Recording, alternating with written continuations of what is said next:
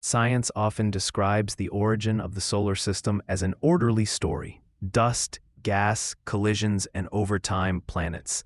However, fine details never fit this easily. A new work by Vaibhav Srivastava and Andre Isidoro proposes a missing piece in the puzzle. Jupiter not only grew early, but completely modified the environment where the Earth and the inner planets were born. Before continuing, we invite you to subscribe to our channel and give like to this video. Your support helps us to continue creating interesting content about science and the universe. Thank you for being here. The finding suggests that Jupiter acted as an unexpected architect of the young solar system. It molded the flows of gas and dust that defined which planets survived, how they migrated, and why some meteorites appeared millions of years later. This result gives new answers to questions that seemed incompatible with each other. For years, scientists faced a serious problem. The first seeds of planets, the metallic planetesimals, were formed very soon. However, the ordinary chondritos and instatites were born much later than expected. This delay never matched the primordial disk theory, which generated confusion. Another great puzzle is the isotopic separation between non-carbonate meteorites and carbonaceans.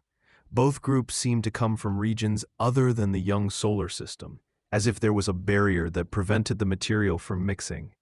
This barrier has been attributed to Jupiter, but this raises more questions than answers. The new study integrates these seemingly incompatible pieces into a single explanation.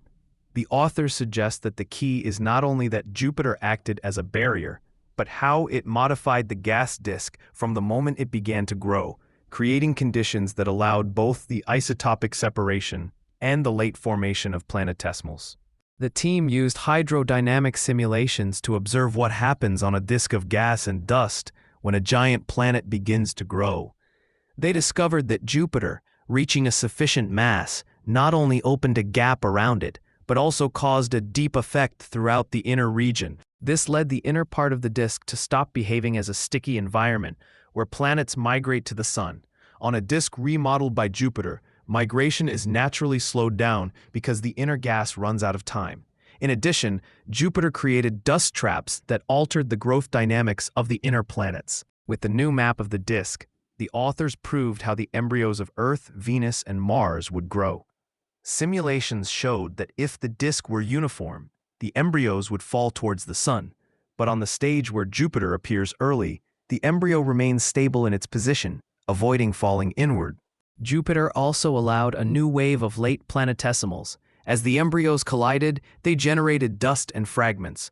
With the remodeled disk, some of that dust accumulated, allowing the formation of new planetesimals that coincide in age with later meteorites.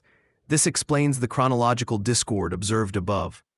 The authors stress that their model connects incompatible pieces such as isotopic separation and limited migration of the inner planets. This approach opens up new questions about the role of Saturn and the dynamics of planetesimals.